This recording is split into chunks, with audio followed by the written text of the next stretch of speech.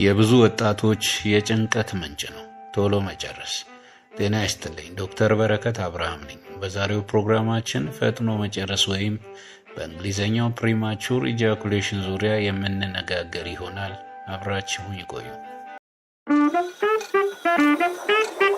ፈጥኖ መጨረስ እድሜያቸው 40 እና ከዛ ዓመት በታች ባሉ ወጣት ወንዶች ላይ የተለመደ ከግብረ ስጋ ጋር የተያያዘ ችግር ነው።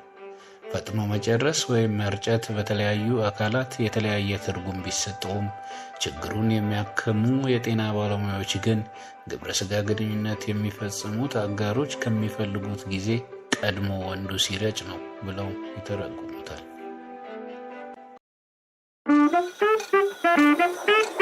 ዲያግኖስቲክ ስታቲስቲካል ማኑዋል የተባለው የስነ አእምሮ ችግሮችን በጥልቀት የሚዘረዝረው ማኑዋል በአምስተኛ እትሙ አንድ ወንድ የፈጥኖ የመጨረስ ወይም ፕሪማቹር ኢጃኩሌሽን ተጠቂ ነው የሚባለው የሚከተሉትን መስፈርቶች ሲያሟላ ነው ይለናል። አንደኛ፣ ግብረ ስጋ ግንኙነት በተጀመረ በአንድ ደቂቃ ውስጥ የሚረጭ ከሆነ። ሁለተኛ፣ ይህ ችግር ቢያንስ ለ6 ወርና ከዛ በላይ የቆየ ከሆነ። ሶስተኛ፣ ይህ ችግር ግለሰቡን ከባድ ጭንቀት ውስጥ ከከተተው፣ እንዲሁም ችግሩ በሌሎች የስነ አእምሮ ህመሞች፣ የአካላዊ ችግሮች፣ በእጽ ወይም በመድኃኒት ምክንያት የመጣ ካልሆነ ነው። ፈጥኖ መጨረስ በክብደትና ውስብስብነቱ በ3 ደረጃዎች ይከፈላል። የመጀመሪያው ቀለል ያለ ሲሆን ይህም ከ30 ሰከንድ እስከ 1 ደቂቃ ውስጥ በሆነ ጊዜ ውስጥ መርጨት ነው። ሁለተኛው መካከለኛ ደረጃ ሲሆን ይህም ከ15 እስከ 30 ሰከንድ ባለ ጊዜ ውስጥ መርጨት ነው። ሶስተኛው ደግሞ ከበድ ያለ ሲሆን ይህም ወንዱ ከ15 ሰከንድ በታች በሆነ ጊዜ ውስጥ ይረጫል። እንዲሁም በቆይታ ከመጀመሪያ የግብረ ስጋ ግንኙነት ጀምሮ የነበረና ከቆይታ በኋላ የመጣ በመባል ፕሪማቹር ኢጃኩሌሽን ወይም ፈጥኖ መጨረስ በሁለት ይከፈላል። የፕሪማቹር ኢጃኩሌሽን ወይም ፈጥኖ መጨረስ አጋላጭ ምክንያቶች። ምንም እንኳን 100% ባይረጋገጥም አጋላጭ ምክንያቶቹ ስነ ልቦናዊ እንደሆኑ ይታመናል። ከነዚህም ውስጥ ግለ ወሲብ፣ ከግብረ ስጋ ግንኙነት ጋር የተያያዘ መጥፎ ትዝታ መኖር፣ ለምሳሌ ከዘመድ ጋር የተደረገ የግብረ ስጋ ግንኙነት፣ በግዳጅ የግብረ ስጋ ግንኙነት መፈጸም የመሳሰሉት ይገኙበታል። እንዲሁም አጋሬን አላረካት ይሆን እንዴ ብሎ መፍራት ወይም በእንግሊዘኛው ፐርፎርማንስ አንዛይቲ የምንለው፣ ይህም በብዛት የብልት ያለመቆም ወይም ቆሞ ያለመቆየት ችግር ጋር ብዙ ጊዜ ይያያዛል። የፕሪማቹር ኢጃኩሌሽን ወይም ፈጥኖ መጨረስ ምርመራ።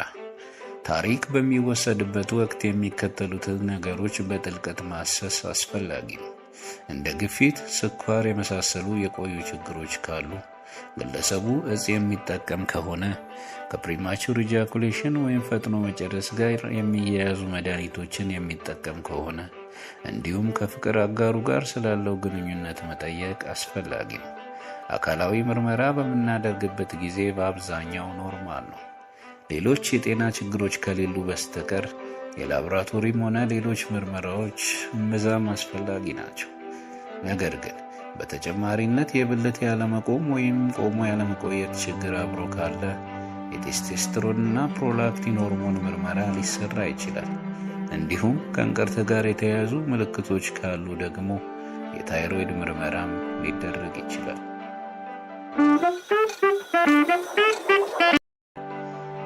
የፕሪማቹር ኢጃኩሌሽን ወይም ፈጥኖ መጨረስ ህክምና። ህክምናዎቹ በሁለት ዋነኛ ክፍሎች ይከፈላሉ። የመጀመሪያው የስነ ልቦና ህክምና ሲሆን ሁለተኛው ደግሞ የመድኃኒት ህክምና ነው። የመጀመሪያው የማማከርና የስነ ልቦና ህክምና ሲሆን ይህም የግለሰቡን የግብረ ስጋ ህይወት በጥልቀት በመመርመር የወሲብ አጋሬን አላረካም ይሆን የሚለውን ፍርሃት ለማስወገድ የሚሰጥ የምክር አገልግሎት ነው። ሁለተኛው ደግሞ የባህሪ ህክምና ሲሆን ይህም በእንግሊዘኛው ስቶፕ ስታርት ወይም ስኩዊዝ ፖዝ ቴክኒክ በመባል ይታወቃል። ይህ በግብረ ስጋ ግንኙነት ወቅት ወንዱ ሊረጭ ሲቃረብ ሴቷ ብልቱን ከጫፉ ትንሽ ዝቅ ብላ ጨምቃ መያዝና ከዛ የመርጨት ስሜቱ ሲጠፋ መልቀቅ ነው። ይህ ሂደት ለ10 ጊዜና ከዛ በላይ መደጋገም አስፈላጊ ነው። በርካታ ወንዶች በዚህ ሂደት ውጤታማ እንደሆኑ ይነገራል። ሌላኛው የፕሪማቹር ኢጃኩሌሽን ሕክምና ደግሞ የአካል ብቃት እንቅስቃሴ ነው። በቀን ለ30 ደቂቃ ያህል፣ በሳምንት ደግሞ ለ5 ደቂቃ የአካል ብቃት እንቅስቃሴን ማድረግ ችግሩን በማከም ረገድ አስተዋጽኦ የጎላ ነው። ከበድ ያለው የፈጥኖ የመጨረስ ችግር ከሆነ ደግሞ ተጨማሪ የስነ አእምሮ ሐኪም ሕክምና ያስፈልገዋል። ሁለተኛ፣ የመድኃኒት ሕክምና።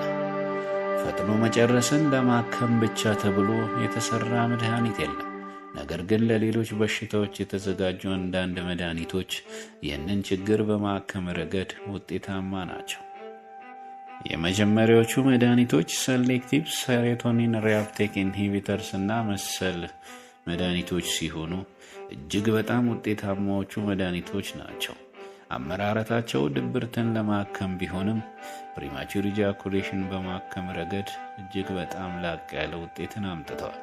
ከነዚህም መድኃኒቶች ውስጥ ሰርትራሊን፣ ፓሮክሲቲን፣ ፍሎክሲቲን እንዲሁም ክሎሚፕራማይን ይገኙበታል። ሁለተኛ፣ ፎስፎዳይስተሬዝ ኢንሂቢተርስ። በዚህ ግሩፕ ውስጥ በተለምዶ ቪያግራ በመባል የሚታወቀው ሲልደናፊል እና ታደላፊል የሚባሉ መድኃኒቶች ይገኙበታል።